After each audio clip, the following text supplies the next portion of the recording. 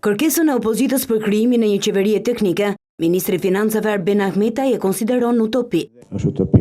Në respekt, çdo qytetar ka të drejtën e vet të jetë i kënaqur ose i pakënaqur me këtë qeveri. Kreu i Financave nuk e ka kursyer Partinë Demokratike në programin ekonomik që ofron. Fjalët marrëzi dhe çmenduri ilustruan skenarët që Ministri Ahmetaj thotë se do t'i ndodhin borxhet publik nëse realizohet ulja e taksave dhe rikthimi i taksës së sheshtë. Është shkatrim. Shkatron Shqipërinë, shiko çfarë i bën borxhit. E shkatron. 1.3 miliard dollar do duhet të blenin borxh.